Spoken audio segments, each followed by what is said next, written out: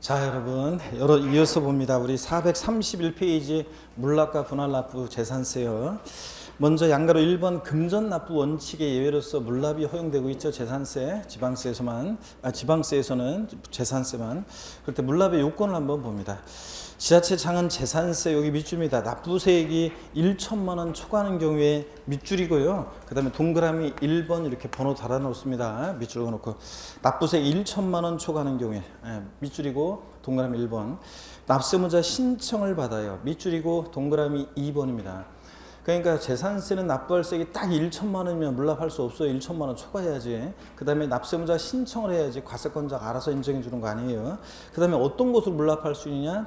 당해 지자체 관할구역 안에 있는 부동산에 대하여만 밑줄이고 동그라미 3번입니다. 그래서 재산세는 부동산으로 물납하는데 너미시군구에 있는 거로 안 되고 해당 지자체 관할구역 내 부동산에 한해서만 할 수 있어요. 그러니까 서울특별시 노원구에 재산세를 낼 게 있는 사람들은 노원구 관할구역 내 부동산을 물납해야지. 서초구라든가 그 다음에 또 하남시라든가 이런 데 있는 거로 된다 안 된다? 안 된다는 얘기입니다. 시험에 나왔던 것은 재산세 물납 재산은 관할구역에 관계없이 부동산에 한한다. O, X요. X입니다. 또 국내에 소지하는 부동산에 한해서 물납할 수 있다. O, X요. X입니다. 국내 아니에요. 관할구역에 관계없이 아니고 해당 지자체 관할구역 내 소지하는 부동산에서만 할 수 있고요. 그 다음에 물납을 허가할 수 있다 밑줄이고 동그라미 4번입니다. 물납을 허가할 수 있다 밑줄이고 동그라미 4번. 그러니까 물납은 신청했다고 무조건 받아주는 게 아니에요.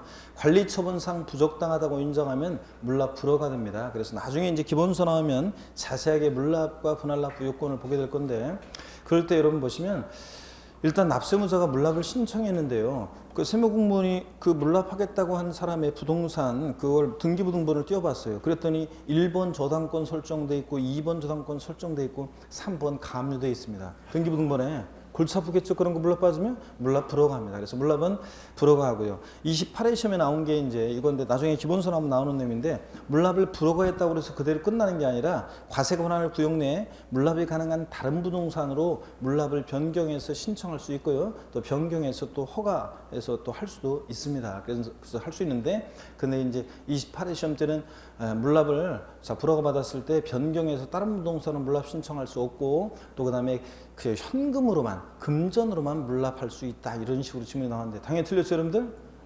물납 변경해서 할 수 있고, 또 그다음에 어떤 걸 물납한다? 재산세는 부동산으로 해요. 그런 얘기입니다.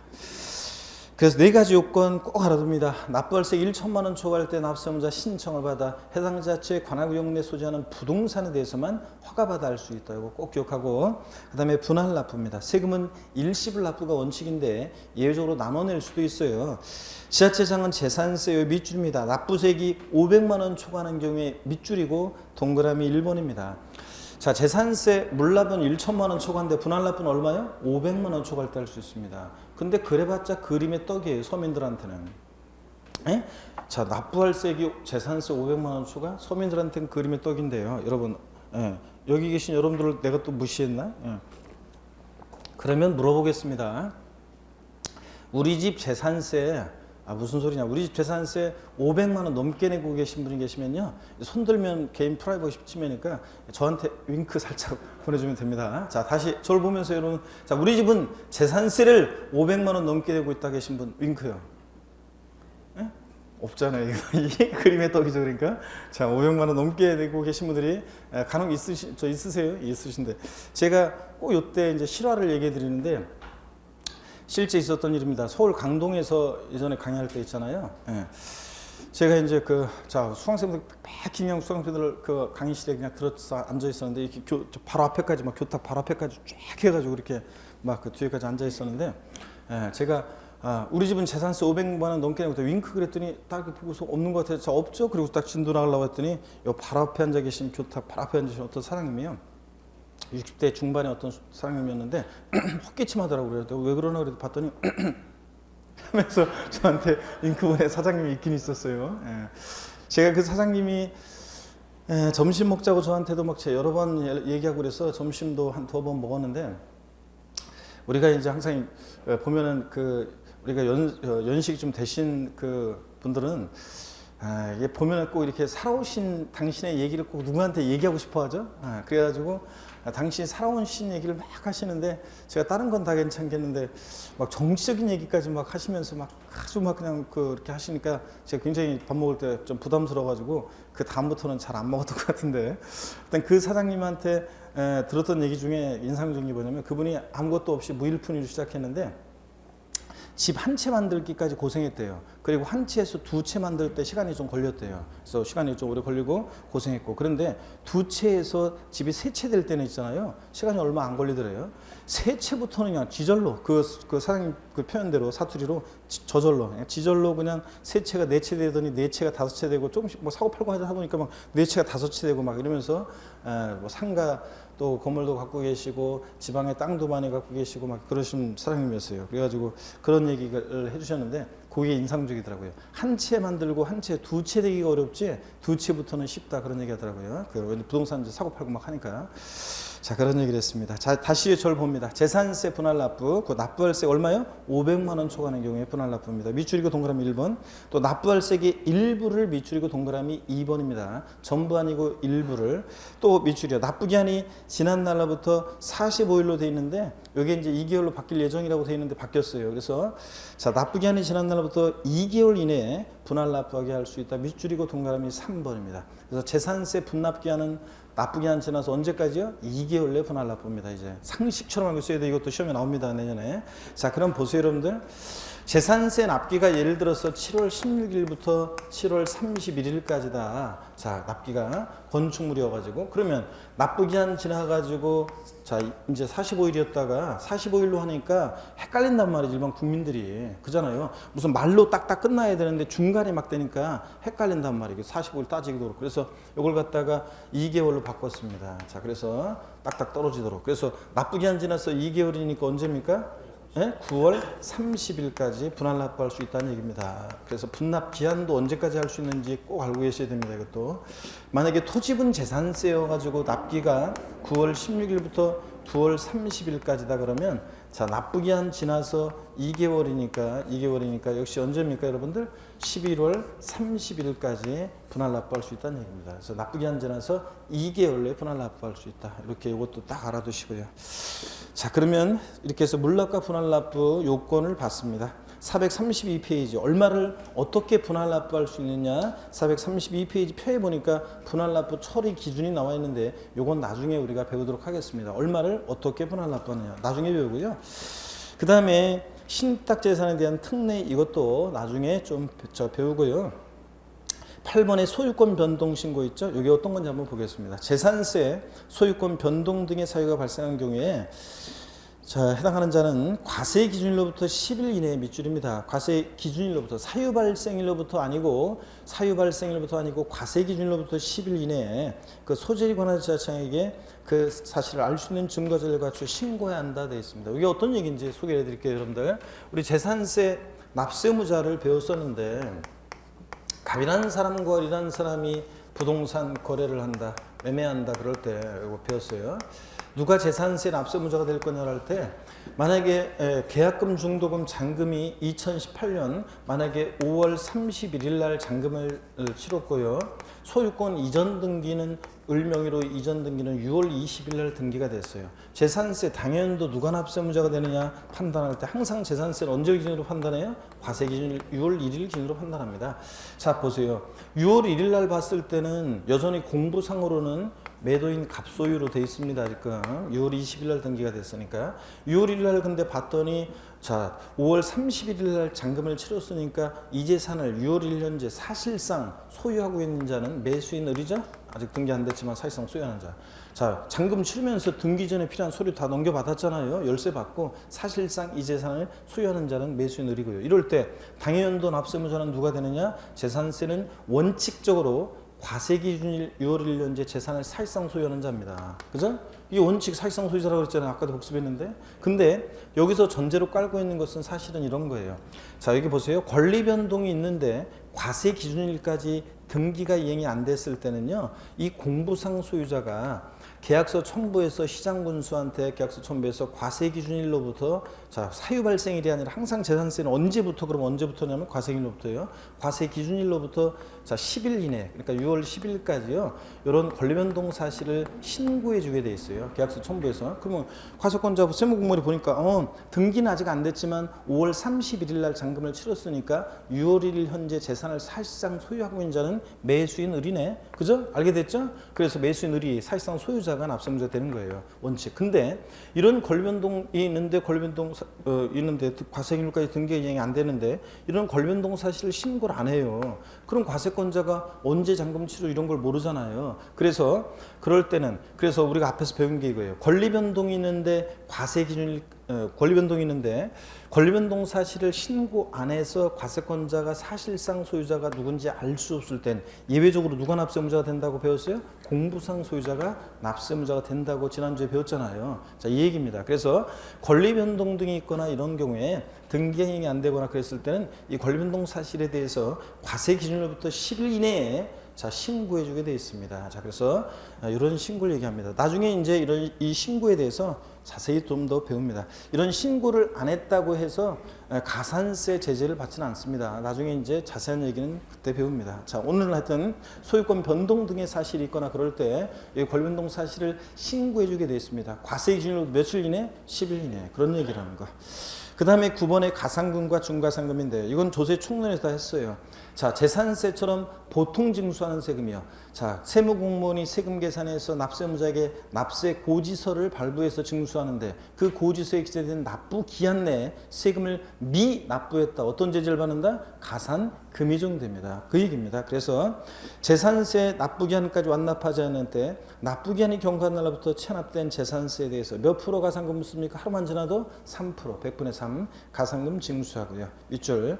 다만 국가와 지자체에 대해서는 가산금을 징수하지 아니한다. 당근이지 자기들끼리 조금 늦었다고 가산금 부과할 수는 없잖아요. 세금 갖다가 가산금 낼 수는 없으니까 국가 지자체에 대해서는 가산금은 적용하지 않습니다. 중가상금 봅니다. 계속 안 내고 버티면 자, 일반 가산금에 더해지는 가산금인데 체납된 재산세를 납부하지 않을 때는 밑줄입니다. 납부 기한이 경과한 날로부터 매 1월이 경과할 때마다 한 달씩 지날 때마다 체납된 지방세 1,000분의 12, 1.2%씩 상당하는 밑줄입니다. 계속 중가상금을 아까 3% 일반 가산금에 더해서 자, 가산해서 징수합니다. 이 경우 중가상금이요. 끝까지 버티게 되면 평생 따라붙는 것은 아니고 언제까지만 중가상금 붙는다 그러세요? 60개월, 5년, 60개월을 초과하지 못하도록 합니다. 밑줄. 자, 다만 중과상금을 적용할 때 체납한 지방세가 또 밑줄입니다. 30만 원 미만인 경우에는 중과상금을 징수하지 않아요. 그러면 체납한 지방세가 딱 30만 원이면 중과상금을 적용한다 안 한다? 딱 30만 원이면 중과상금 적용합니다. 미만은 중과상금 적용하지 않으니까. 이렇게 해서 가산금, 고지서를 통해서 징수된 세금 납부기한 내 미납부하면 납부기한 하루만 딱 지나도 그 다음날 헐레벌떡 뛰어가더라도 체납소액에 3% 깔아놓고 납기 후 매 1월 한 달씩 지날 때마다 계속 버티면 1.2%씩 중과상금 적용되는데 끝까지 버티면 몇 개월? 60개월에 한해서. 그러니까 중과상금은 1.2 곱하기 60이니까 체납세액에 최대 몇 프로까지 붙어요? 예? 1.2% 곱하기 60이니까 체납세액에 최대 몇 프로까지? 중과상금은 최대 72%까지 붙는다고 그랬잖아요. 그래서 가산금은 이거 정리해드렸어요. 이미 총론에서. 다시 보세요, 여러분들. 예, 그래서 보면 자, 가산금은 자세히 그 연체적 성격을 부과하고 이런 것도 설명 다 드렸기 때문에 보세요. 일반 가산금은 체납세액의 3%. 그 다음에 중과상금은 자, 1.2 곱하기 한 달씩 지날 때마다 1.2 곱하기 60이니까 60개월이니까 요거 몇 프로까지요? 체납세액이 최대 72%까지 이렇게 적용될 수 있다고 했습니다. 그래서 가산금은 체납세액의 최대 몇 프로까지? 75%까지 가산금이 붙을 수 있다고 그랬잖아요. 배웠어요, 여러분들? 자, 까먹어서 그렇지. 그래서 무슨 얘기냐면 자, 재산세 고지서에 기재된 고지세액이 1,000만 원인데 재산세 고지서에 기재된 납부기한이 몇 년 몇 월 며칠로 나왔는데 실제 이 사람이 납부한 날이 몇 년 몇 월로 나와 있어요. 따져봤더니 납부기한 지나서 5년이 지난 어느 날 세금을 낸 거였다. 그랬을 때 일반가상부와 중과상금의 총 합계액은 얼마인가? 얼마입니까? 일반가상과 중과상의 총 합계액은 750만 원이죠. 토탈 물론 납부할 세금은 1,750만 원이겠지만 그런 얘기 했잖아요. 750만 원. 자까지 이렇게 75%까지 붙을 수 있다. 그런 얘기입니다. 자, 넘어가시고 433페이지 기타 지방세는 지역자원시설세나 지방교육세나 이런 애들 있죠. 얘네들은 일단 조세 총론에서 나오는 그런 내용들, 특징들 좀 아시면 되고 자세한 내용이 독립한 문제로 출제될 가능성은 낮고요. 자, 434페이지 03번 지방소득세가 시험에 자 독립한 문제로 27회 시험 때 나왔어요. 나왔는데 또 독립한 문제로 나올 가능성이 높지는 않고요. 나온다 그러면 이제 몇몇 특징만 지방소득세는 알고 계시면 돼요. 그래서 지방소득세는 조세 총론에서 배우는 내용 몇몇 내용만 알려주시면 되는데 나중에 이제 제가 조세 총론 우리 다시 이제 기본서 나와서 공부할 때 좀 더 이제 그때 설명을 드릴 건데 한번 보실래요, 여러분들? 지방소득세 그러면 이런 내용들 한번 보세요. 자, 지방소득세는 어떤 세금이냐 그러면 지방소득세라는 세금은 자, 얘는 지자로 이름이 시작하는 지방세 4가지가 있는데 지역자원시설세, 지방교육세, 지방소비세 그리고 지방소득세 지자로 이름 시작하는 4가지 중에서 3가지가 과세주체가 특광도, 도세인데 얘만 과세주체가 특광, 시군이라고 했습니다. 특광, 시군 도가 아니라 시군이 과세주체가 되는 그런 세금이라고 했습니다. 예, 자, 그래서 지자로 이름 시작하는 애들 지방세 4가지 중에서 지방소득세만 특광, 시군세고 나머지는 특광, 도세입니다. 여러분 이런 거 할 때 조세총론을 했었고요. 그 다음에 지방소득세는 얘는요 어떤 세금이냐면 소액징수 면제, 면세점 취득세고 소액징수 면제 규정이 적용돼요. 특이하게도 소액징수 면제 규정이 적용되는데 지방소득세 소액징수 면제 규정이 적용돼서 지방소득세 세액이 2,000원 미만이면 지방소득세를 징수하지 않습니다, 여러분. 27회 시험 때 지방소득세에 관한 설명 틀린 것은 그래서 정답 지문이 지방소득세 세액이 2,000원인 경우에 지방소득세를 징수하지 아니한다. O, X요. X입니다. 2,000원이면 징수합니다. 미만은 징수하지 않으니까 이런 내용. 그 다음에 지방소득세는 여기 한번 보세요. 개인지방소득세와 법인지방소득세로 나눠져요. 자, 그랬을 때 개인지방소득세라는 것은 자, 어떤 거냐면 개인지방소득세는 소득세 납세 의무자가요. 소득세 납세 의무자가 소득세법에 규정된 그 소득세법에서 계산한 그 소득을 과세 표준으로 해서 이제 계산되는 게 받는 게 개인지방소득세고 법인지방소득세는 법인세 납세 의무자가 법인세법에 의해서 계산한 소득을 과세 표준으로 해서 계산하는 게 이제 부과하는 게 법인지방소득세입니다. 근데 우리는 법인세는 우리 시험 범위가 아니니까 법인지방소득세는 시험과 관계가 없고 개인지방소득세인데 얘는요 종합소득에 대한 개인지방소득세 그 다음에 뭐 양도소득에 대한 개인지방소득세 이렇게 나눠져요. 당연히 우리 시험에서 나온다 그러면 양도소득에 대한 개인지방소득세를 물어보는데 이 지방소득세는요 소득세법에 의해서 계산한 소득을 과세 표준으로 해서 이제 세금이 계산되는데 소득세법 규정을 대부분 준용해요. 그래서 여러분요 이 양도소득에 대한 개인지방소득세는 우리가 소득세 배운 그 지식으로 문제를 풀면 돼요. 대부분 그 규정을 준용하니까. 그래서 제가 27회 시험 전에도 이런 얘기 했어요. 지방소득세는 독립한 문제로 출제될 가능성이 낮다 그랬어요. 근데 나왔어요. 자, 출제될 가능성이 낮은데 나왔다 그러면 이런 몇몇 특징만 알고 있으면 된다. 그리고 나머지 내용들은 소득세법에서 배운 소득세법 배운 그 규정을 대부분 준용하니까 그 지식으로 문제 풀면 된다고 했는데 역시 뭐 정답이 이거였기 때문에 저한테 배운 분들은 정답을 쉽게 고를 수 있었습니다, 여러분들. 그런 문제가 나왔어요. 자, 어떻간에 똑같습니다. 그래서 소득세법 규정을 대부분 준용하니까 그 지식으로 문제를 풀면 되는데 다만 차이점이 있다 그러면 요 소득세 적용되는 세율에 소득세 차이점이 있다 그러면 단 이런 거예요. 소득세 적용되는 소득세법에 소득세 적용되는 세율에 약 10분의 1 정도의 세율을 적용해요. 10분의 1의 세율을 적용해요. 10분의 1 세율을. 그러니까 만약에 자 보세요. 양도소득세요. 양도세. 예를 들어서 일반적인 토지, 건물, 부동산에 관한 권리 요거 만약에 등기됐는데 1년 미만 보유하고 양도하면 미리 말씀드리면 50%거든요. 그러면 양도소득세가 50%면 얘는 몇 프로? 5%. 1년 이상 2년 미만 보유하고 양도하면 40%거든요. 그럼 얘는 몇 프로? 지방소득세는 4%. 그 다음에 또 이게 만약에 등기되고 2년 이상 보유했다 그러면 올해 이제 이따가 다음에 우리가 말씀드리겠지만 양도세 할 때 소득세법 세율이 개정돼서 6에서 40%였었다가 6에서 42% 최고 구간이 신설이 돼서 이제 또 6에서 42%까지 초과 누진세 규정되는데 그러면 얘는 그러면 6에서 42%니까 얘는 그 양도세 세율이 그럼 거기에 10분의 1이니까 0.6%부터 몇 프로까지요?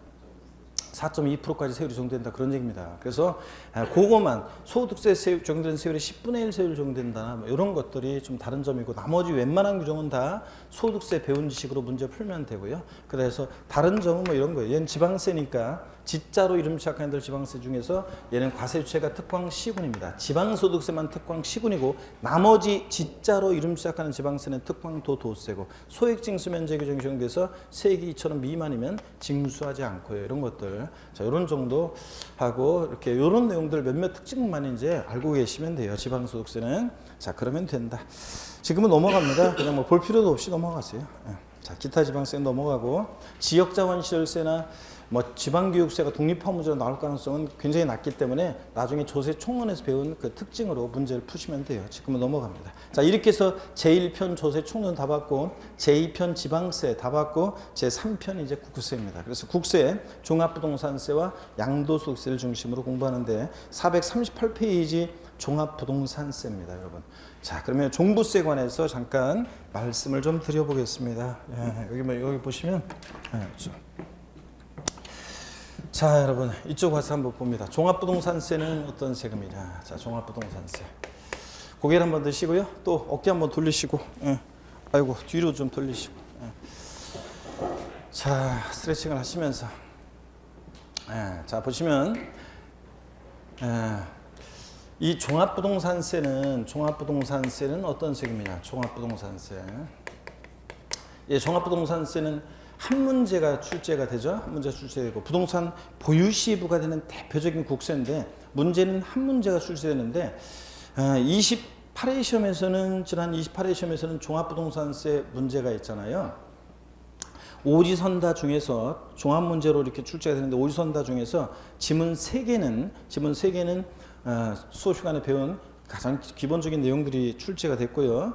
그 다음에 2개가 세부담 상한과 관련한 아주 깊은 내용이 출제가 됐어요. 그래서 2개 지금 깔아놨는데, 그럼 보세요. 문제가 오지선다 중에서 3개는 확실하게 아니에요. 확실하게 배운 거예요. 2개가 처음 보는 거란 말이죠. 그러면 처음 보는 건데 이 2개 지문 중에서 뭔가 지문을 보면요, 뭔가 바꿀 만한 것이 있는 어떤 지문을 있느냐를 봤을 때는 요 3번 지문보다는 요 3번 지문에서 바꿀 만한 게 별로 없어요. 내용이 보면 4번 지문이 딱 보면 이런 것들을 바꿀 수 있겠다. 이런 것도 바꿀 수 있겠는데 하나는 그런 것들이 막 들어있는 지문이었어요. 그러면 자 3개 확실하게 제껴내고 뭐 낯선 것 중에서 2개 중에서 이거 확실하게 맞았으니까 그러면 여기 이제 뭔가 바꿀 만한 게 많이 있단 말이에요. 그럼 이걸 찍고 넘어갔어야 돼요, 여러분들. 자 이렇게 한 사람들은 자 이번 시험 자 28회 시험 어렵게 출제해서 5문제 정도는 아예 틀리라고 냈는데도 한 문제밖에 안 틀리고 2문제밖에 안 틀리고 이런 분들이 바로 이렇게 고득점 한 사람은 이런 거를 잘 해서 그런 거예요.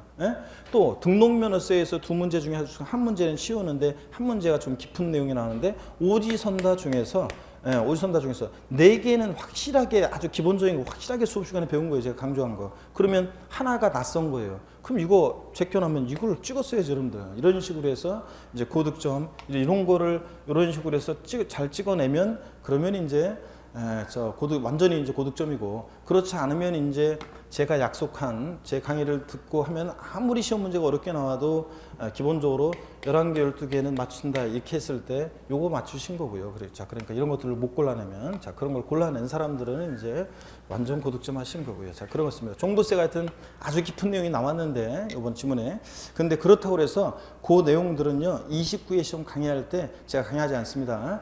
우리 세법이 그냥 40문제 출제되는 것도 아니고 그런 것까지 맞추려고 공부를 한다는 것은 비효율적이기 때문에 제낍니다. 그런 건 또 강의하지 않습니다. 어떻게간에 하여튼 그렇게 출제가 되는데, 대개는 그렇죠, 그렇게 어렵게 출제되지 않고 공부 평상시에 하신 그 실력이면 무난히 맞출 수 있는 문제들이 출제가 됐었어요. 자, 이번 순환에는 하여튼 성격, 얘는 어떤 성격의 주세인지 공부하고, 종합부동산세 과세 대상에 어떤 것을 보유할 때 종부세가 부과되느냐, 이 종합부동산세 과세 대상인 거 아닌 거 고르는 문제가 한 4년 정도 계속 나왔었어요, 최근에. 자, 그랬었는데 27회 시험부터 28회 시험은 또 옛날처럼 종합 문제로 골고루 주요 내용들을 섞어서 물어봤습니다. 과세 대상 중요하고요. 또 종부세는 아무나 납부하는 세금이 아니라고 그랬잖아요. 납세무자 누가 되느냐 그랬잖아요. 재산세 납부할 의무가 있는 자 중에서 법에서 정해놓은 일정 기준 금액을 초과하는 고액의 부동산 보유자가 종부세 납세무자가 되잖아요. 그러다 보니까, 그래서 제가 처음 여러분 만났을 때 종부세 소개하면서, 자, 남녀가 연애를 하다가 사귈 때 결혼해야 되나 말아야 되나 그런 생각이 들 때, 물어보라고 제가 갈등이 생길 때 한 가지 흠이 있어가지고 결혼해야 되나 그런 생각이 들 때, 오빠네 집은 종부세네? 아니면 니네 집은 종부세 내냐? 물어봐가지고 종부세 낸다 그러면 그냥 결혼하라고 그랬잖아요, 제가. 자, 그랬을 때, 그러니까 종부세는 누가 납부할 의무자가 되느냐, 이건 뭐 상식처럼 알고 있어야 돼요. 그래서 종합 문제 속에서 27회 시험에도 나왔고 또 28회 시험에서도 지문에 이렇게 나옵니다, 이런 거는.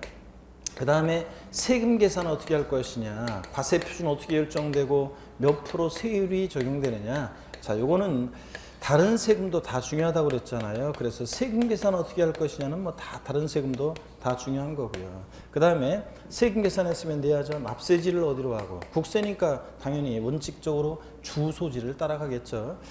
그 다음에 종부세 납세 절차요. 얘는 정부 부가가세가 원칙인데 납세무자 고의서 날라온 거 휴통해 버리고 신고 납부도 할 수 있다고 그랬죠? 그런 얘기들. 그 다음에 종부세 어떤 경우에 비과세 되느냐, 이런 것들을 테마로 해서 종부세는 주요 내용들을 골고루 섞어서 지문에 나오는 종합 문제로 이렇게 주로 출제가 됩니다. 자, 그래서 종합 문제 한 문제 대비하시면 되겠습니다. 자, 그래서 너무 깊은 내용은 종부세는 28회 시험 지문에 깊은 내용이 지문 2개가 나왔지만 깊은 내용들은 어쩔 수 없어요. 그런 걸 하지 않고 주요 내용들을 위주로 한 문제 나오는데 뭐 쓸데없이 나올지도 모르는 막 깊은 내용까지 혹시나 해서 다 공부할 수는 없고요. 그래서 중요 내용들을 중심으로 공부해 두시면 한 문제 맞출 수 있습니다. 자, 그 다음에 438페이지 그러면 교재를 봅니다, 여러분. 종합부동산세 총칙 그래가지고 목적이 나와 있는데요. 종합부동산세법 1조에 보면 지금 요 목적이 쭉 나와 있어요. 자, 줄 긋고 외우는 게 아니고요. 읽어보면 그럴듯한 말로 돼 있는데, 종합부동산세를 도입한 이유는요, 2005년도에 부동산 가열기에 부동산 가격, 부동산 투기 억제, 과다 보유 억제, 자, 그래가지고 부동산 가격 안정을 도모하기 위해서 도입한 세금이에요. 자, 그러면 다시요, 종부세 이해하시려면 요 말을 항상 도입한 취지를 이해하셔야 돼요. 부동산 과다 보유 억제, 투기 억제에서 부동산 가격 안정을 도모하기 위해서 도입한 세금이라는 거, 요걸 항상 기억하시고요. 특징을 봅니다. 종합부동산세는 국세고 뭐 보통세고 직접세, 보유세, 뭐 이런 건 뭐 우리 시험에 관계된 5개 주요 세목은 다 직접세고 보통세고 독립세고 종가세 정도 이런 것들. 그 다음에 응능세라는 거는 그냥 말뜻만 알면 된다고 그랬어요. 조세부담 능력에 응해서 부과하는 세금이고요. 인세입니다. 자, 종부세, 양도소득세, 국세 2개 주요 세목은 인세라고 그랬어요. 그러니까 전국에 있는 토지나 주택 가격을 소유자별 어떻게 합니까? 합산해서 과세합니다. 자, 그래서 그런 얘기고, 동그라미 2번 종합부동산세는 과세 표준과 세액을 납세지 관할 세무상에 부과하는 정부 부과과세하는 그런 세금이고요. 동그라미 3번 종부세는 전국에 있는 토지나 주택 가격을 소유자별로 합산해서 보유 정도에 따라서 초과 누진세를 적용하는데요. 그 동그라미 4번 종부세는 개인의 경우에는 주택과 종합합산, 별도 합산상 토지는 소유자별로 합산해서 과세한다. 지금 이런 얘기가 계속 나오고 있습니다. 합산과세 하는데, 자 여러분 요 의미를 조금 더 저희가 설명을 좀 드려볼게요. 여기 봅니다, 여러분들. 자 어떤 얘기냐면 종합부동산세 납세 의무자는요. 자 종부세 납세 의무자는 보세요. 종합부동산세 납세 의무자는 우리 같은 자연인 개인뿐만 아니라 법인이나 단체도 종부세 납세 의무자가 돼요, 여러분. 그래서 개인만 종부세 납세 의무자가 되는 게 아니에요.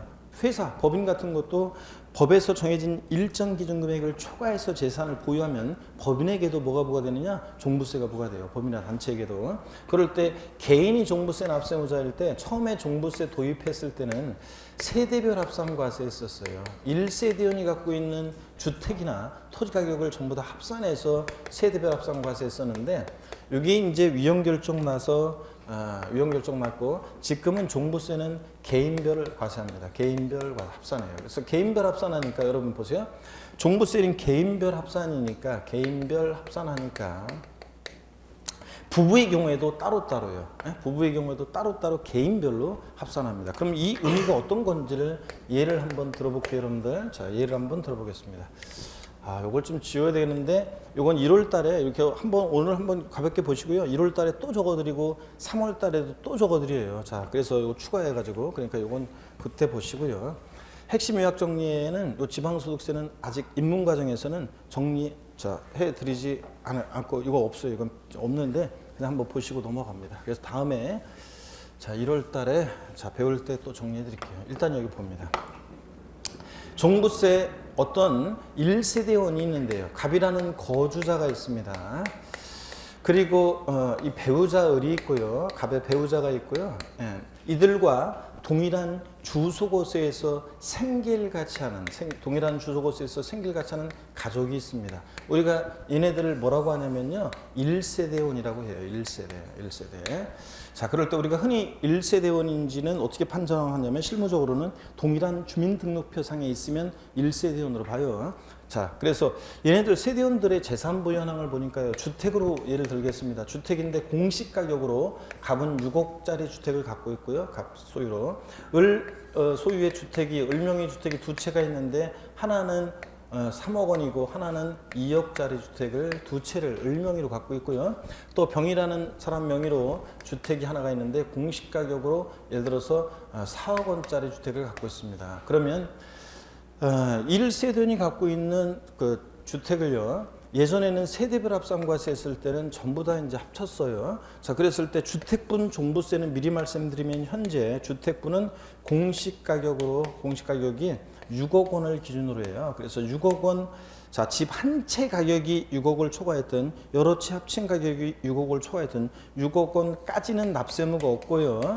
자, 6억 원 초과할 때 종부세 납세 의무자가 돼요. 자, 그럴 때 6억 원을 기준으로 합니다. 그러면 갑은 종부세 납세 의무자가 되느냐? 예전에는 1세대원이 갖고 있는 주택을 전부 다 합쳤으니까 이제 15억이니까 종부세가 부과됐었는데, 개인별 합산이에요, 이제. 자, 그러니까 갑 개인별로 따지니까 6억 원 초과하지 않았잖아요. 6억까지는 납세 의무가 없어요. 그 다음에 을 개인별로 전국인 주택을 합쳐봤더니 5억이에요. 납세 의무자가 되지 않아요. 병도 당연히 6억 초과하지 않았으니까 납세 의무자가 되지 않습니다.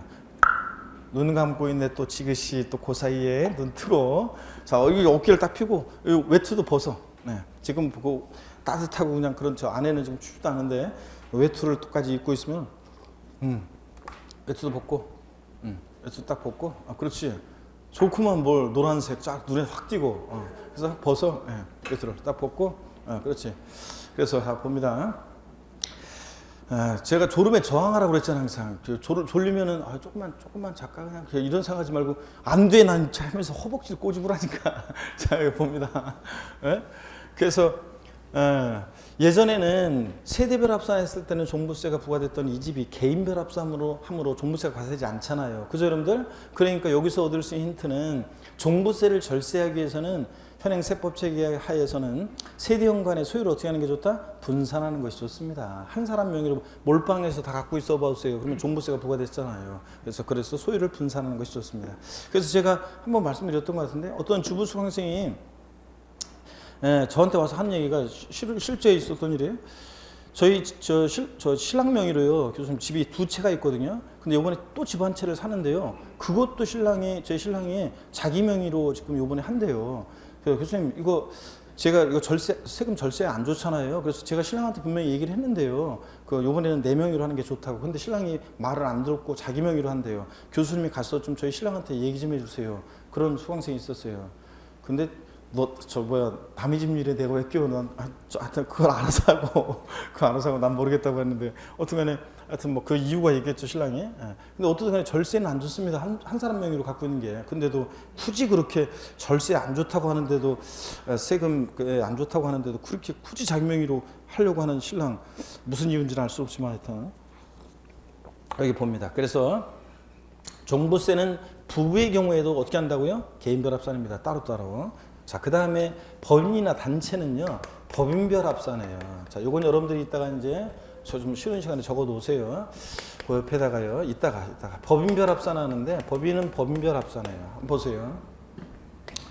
시험에 한번 나왔던 건데, 상법상 모회사, 자회사 관계 법인이 있습니다. 어떤 A라는 회사가 있는데, A라는 회사가 있는데, 요 A 회사는 B라는 회사의 모회사예요. 모회사고 또 B라는 A 회사의 자회사가 있어요. 상법상 모자법인 관계예요. 그럴 때 A 회사가 공시가격으로 6억 원인 주택을 보유하고 있고요. 그 다음에 B 자회사는 공시가격으로 4억 원인 주택을 보유하고 있어요. 그랬을 때 요 A 회사는 여러분 종부세 납세무자가 되겠습니까? A 회사 종부세 납세무자가 돼요? 네? 자, 주택은 6억 원이 기준이에요. 그래서 6억 원이 기준인데 상법상 모자법인 관계에 있을 때 모자법인 합산했으면 10억이니까 종부세가 납세무자가 됐겠지만, 자, 법인은 어떻게 한다고요? 법인별로 따로따로요. 네, 따로따로 법인별로. 그러니까 이 A 회사만 갖고 따지면 6억이에요. 6억 초과하지 않았으니까 납세무자가 되지 않고요. B 회사는 당연히 6억 초과하지 않으니까 납세무자가 되지 않습니다. 그래서 자, 법인은 어떻게 한다고요? 법인별 합산입니다. 개인은 어떻게 한다고요? 개인별 합산입니다. 자, 이렇게 해서 요 인세 합산과세의 의미를 좀 더 이렇게 구별해서 알아두시고요. 이따가 필기하시고, 동그라미 5번이요. 종부세 분할 납부 허용됩니다. 국세에서 종부세 분할 납부 허용되고, 종부세 납세무 성립 시기는 재산세하고 똑같이 언제라고 했습니까? 과세 기준일 6월 1일에 납세무가 추상적으로 성립한다고 조세 총론에서 배웠습니다. 자, 이렇게 해서 여러분들 동그라미 3번, 4번 이런 것들 밑줄을 좀 그어놓으시고, 자, 나머지는 우리 당연한 얘기들이고요. 그 다음에 용어의 정의가 나오는데 나중에, 자, 여기서 이제 이런 것들 의미들을 나중에 배우게 돼요. 자, 넘어갑니다. 440페이지. 과세기준일 및 납세지인데 양가로 1번 봅니다. 종부세도 보유세다 보니까 440페이지. 종부세도 보유세다 보니까 과세 기준일이 있습니다. 매년 언제입니까? 6월 1일입니다. 그래서 27회 시험 때 종합부동산세 과세 기준일은 매년 7월 1일이 아닙니다. 종부세는 자, 똑같이 재산세처럼 과세 기준일 6월 1일로 합니다. 이때 납세무가 성립합니다. 납세지를 보는데요. 소득세법상의 납세지 규정을 준용해요. 그래서 개인 또는 법인으로 보지 않는 단체다 그러면 소득세법상의 납세지 규정을 준용하니까 밑줄 쫙이고, 그러니까 주소지를 원칙으로 합니다. 주소지를. 자, 밑줄 쫙이요. 그래서 시험에서 종합부동산세 납세지는 각각의 부동산 소재지 관할 세무서로 한다. O, X요? X입니다. 자, 개인이 거주할 때는 주소지를 납세지로 합니다. 그 다음에 5번 과세구분 및 세액인데, 요거는요 좀 이따가 종부세 대상을 좀 보시고 설명 듣고 보셔야 됩니다. 그래서 제가 먼저 종합부동산세 과세 대상 중요하다고 그랬지, 안 중요하다고 그랬지? 중요하다고 그랬죠? 시험에 한 4년 계속 나왔었고 최근에. 그래서 종부세 과세 대상 어떤 게 종부세인지를 먼저 제가 설명을 드리고 교재를 보겠습니다. 제가 한꺼번에 우리 교재가 서술이 주택에 대한 종부세, 토지에 대한 종부세 나눠져 있는데 이걸 몰아서 한 번에 설명을 드릴 테니까, 자, 보시고 또 교재를 이따 같이 보겠습니다. 자, 절 봅니다, 여러분들. 자, 종부세 과세 대상인 것과 아닌 거 한번 소개해 드립니다. 종부세 대상은, 과세 대상은 주택과 토지가 종부세 대상입니다. 주택과 토지요. 종부세 대상인데 주택과 토지. 근데 이 종부세 대상이 되는 주택에는요, 종부세 대상이 되는 주택에는 별장은 종부세 대상이 되는 주택의 별장은 제외합니다. 왜 제외하느냐 설명을 잘 들어보세요. 별장은 재산세에서 아까도 복습했네요. 몇 프로? 몇 프로? 4%. 고율의 세율이 적용됐어요. 1,000분의 44%로. 그런데 또 종부세 대상이 되면 너무 가혹하잖아요. 그래서 별장은 종부세 대상에서 제외합니다. 그 다음에 고급주택 있죠? 고급주택은 재산세에서 얘는 초과 누진세율을 적용했어요? 아니면 일반 주택과 똑같이? 아니면 4% 적용했어요? 아까 일반 주택과 똑같이 초과 누진세율이죠? 그러니까 고급주택은 취득세에서만 중과세지 재산세에서는 일반 주택과 똑같이 세율을 적용했기 때문에 고급주택은 종부세 대상에 포함합니다. 자, 요건 상식처럼 알고 있어야 됩니다. 종부세 대상에 별장은 어떻게 하고? 제외하고 고급주택은 어떻게 하고? 포함하고 요거 알아두시고 그 다음에 토지 있잖아요. 종부세 대상이 되는 토지는 모든 토지인데 얘는 지적공부상 토지뿐만 아니라 사실상의 토지를 포함해요. 모든 토지인데 정의는 재산세도 모든 토지였어요. 지적공부상 토지뿐만 아니라 사실상의 토지를 포함했잖아요. 모든 토지였는데 그런데 과세 범위가 달랐어요. 그래서 한번 봅니다. 과세 범위가 재산세랑 종부세랑 다른데 재산세에서 모든 토지를 우리가 크게 세 개의 유형으로 나눴습니다. 별도합산 대상 토지, 종합합산 대상 토지, 그잖아요. 분리과세 대상 토지 세 개의 유형으로 나눴어요. 그랬을 때 별도나 종합합산 대상 토지는 종부세 대상이 됩니다, 여러분. 별도는 별도, 종합은 종합끼리 전국에 있는 토지를 소유자별로 합산합니다. 근데 분리대상 토지는 종부세 대상이 되느냐 한번 보겠습니다.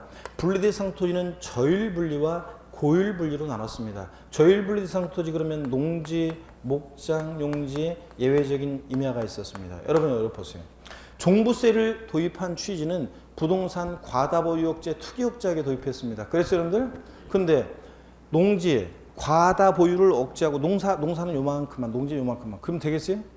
농사 요즘 여러분이 소규모로 농사 지어가지고서는 수지타산 안 맞아요. 대규모로 지어야지. 자, 그러니까 이런 것들은 생산과 관련돼 있고 토지 이용 모습이 토지공 개념에 부합하기 때문에 재산세에서 저율 분리대상 토지를 과세했던 것들이에요. 그러니까 종부세 부과하는 취지, 부동산 과다보유억제, 투기억제 요거 맞지 않아요.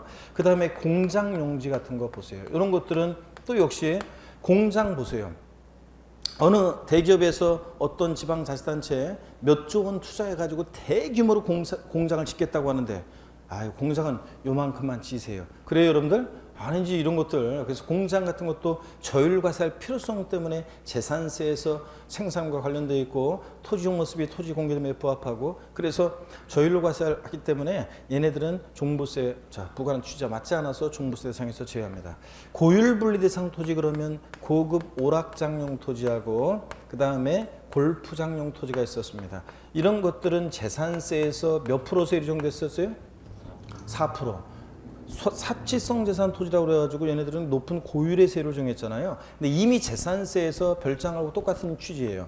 이미 재산세에서 4% 고율로 과세했는데 또 종부세 대상이 되면 너무 가혹하니까 종부세 대상에서 제외합니다. 필기 이따 쉬는 시간에 뭐 하시려고 이거 설명을 들으면서 일단은 그래서 웃다 튼간에 결론적으로 저율분리대상 토지든 고율분리대상 토지든 분리대상 토지는 종부세 대상이 아닙니다, 여러분들. 시험에서는 다음 중 종부세 대상인 거 아닌 거 물어볼 때 다만 토지는요 이렇게 쉽게 별도 합산 대상 토지, 종합 합산 대상 토지, 농지, 목장, 공장 이렇게 쉽게 나오면 얼마나 좋겠어요?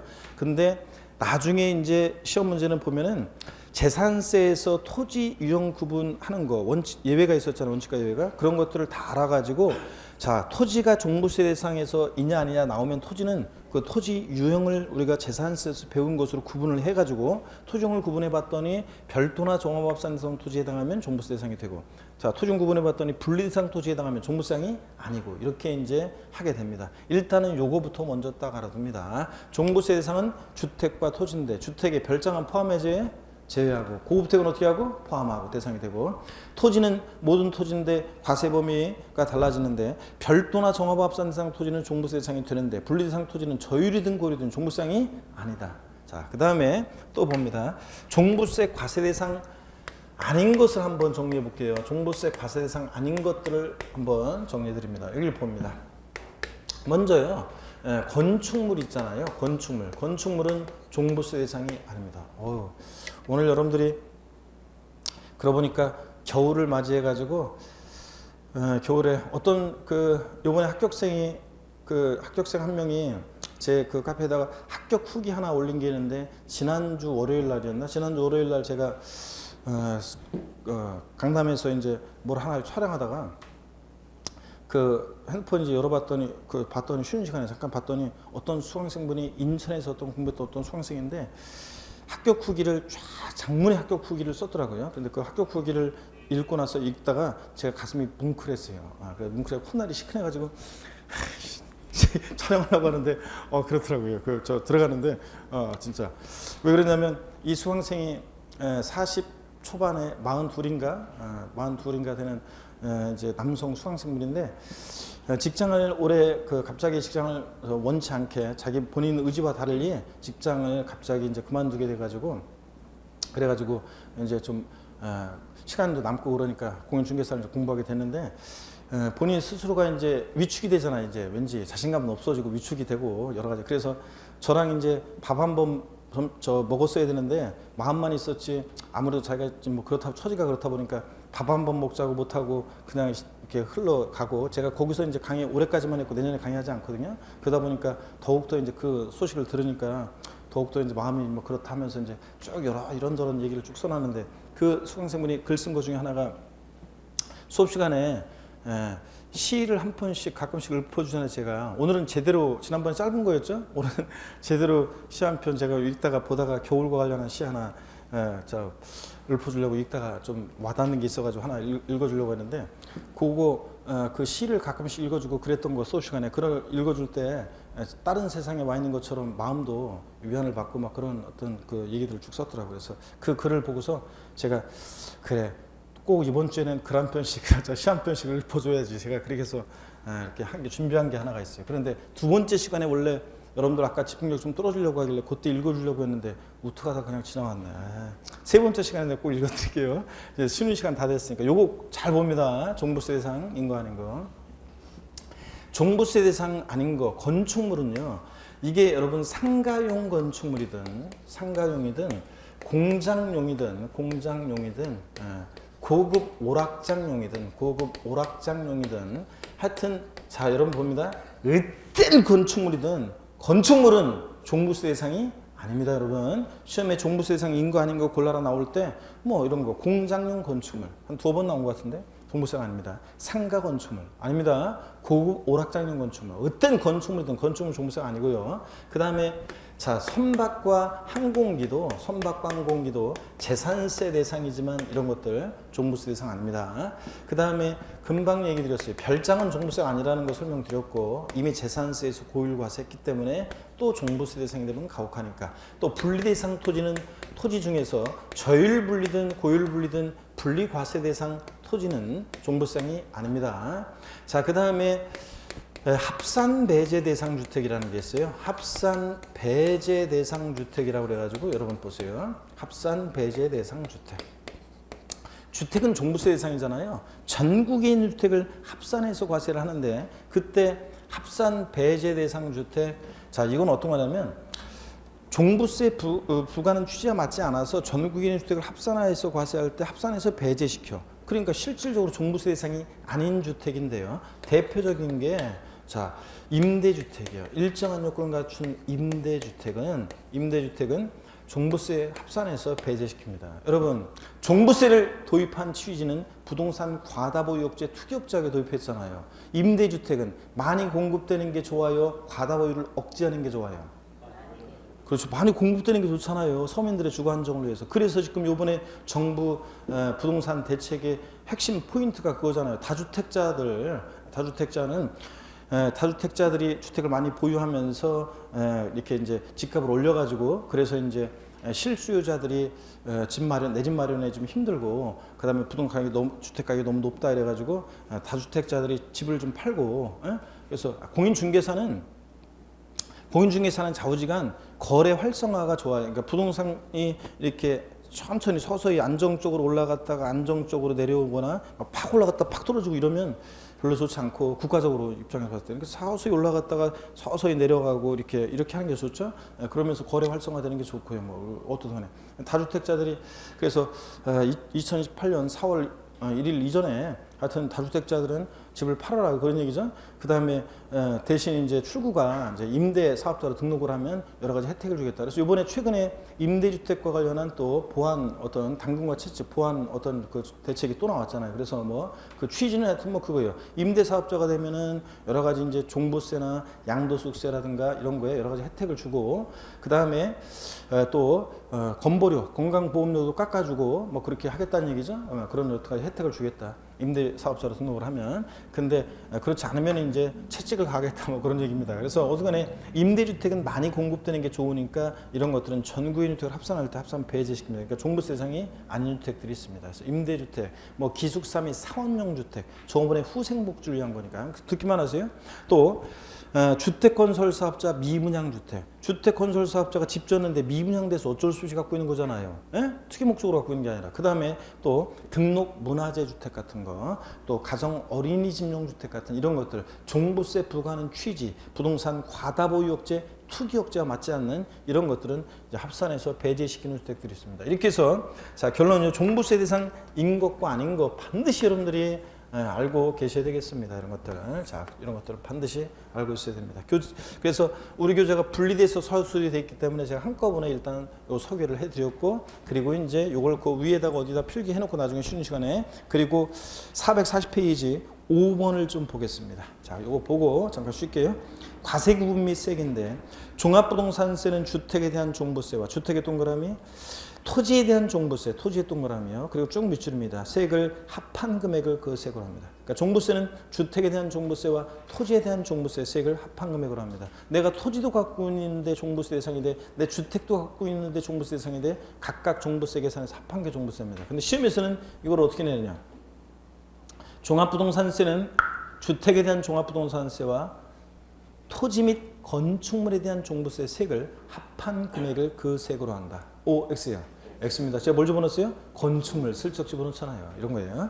양가로 2번 토지에 대한 종합부동산세 세액은 토지분 종합합산세액과 토지분 별도합산세액을 합한 금액을 한다. 밑줄 쫙 꺼놓고 종합의 동그라미, 별도의 동그라미야. 자, 내가 나대리 잡종지 같은 것도 갖고 있는데 종부세 대상이 됐어. 그럼 종합합산 토지에 대한 종부세 세액 계산하고, 내가 상가 토지도 갖고 있는데 종부세 대상이 됐어? 그러면 별도 합산 대상 토지에 대한 종부세 세액 계산합니다. 자, 그래서 합한 게 토지에 대한 종부세인데 시험에서는 이걸 어떻게 냈느냐? 토지에 대한 종합부동산세 세액은 토지분 종합합산세액과 토지분 별도 합산 및 분리과세 세액을 합한 금액으로 한다. O, X예요. X입니다. 요거 분리상 토지를 슬쩍 집어넣습니다. 6번 비과세입니다. 재산세, 비과세, 과세면제 경감에 관한 규정은요, 종부세 부과할 때 준용한다. 밑줄 쫙입니다. 그래서 재산세에서 국가 등이 소유하는 재산, 재산세, 비과세인데 당연히 종부세도 보다 비과세입니다, 여러분들. 자, 국가가 자기가 자기한테 부동산 과다 보유하고 있다고 투기억제 한다고 종부세를 자기가 자기한테 부과하면 안 되잖아요. 당연히 그런 식으로 재산세가 비과세 되면 종부세도 비과세입니다. 그래서 시험에서 종부세 대상인 거 아닌 거 고르는 문제에서 지방세법상 재산세가 비과세되는 토지, 종부세 대상입니까? 지방세법상 재산세가 비과세되는 토지, 종부세 대상이에요? 아닙니다. 종부세도 비과세니까. 이렇게 해서 지문에 나온 적이 있습니다. 자, 여기까지 하고 잠깐 쉬었다가 이제 주택에 대한 종부세 여기부터 보도록 하겠습니다. 잠깐 또 쉬겠습니다.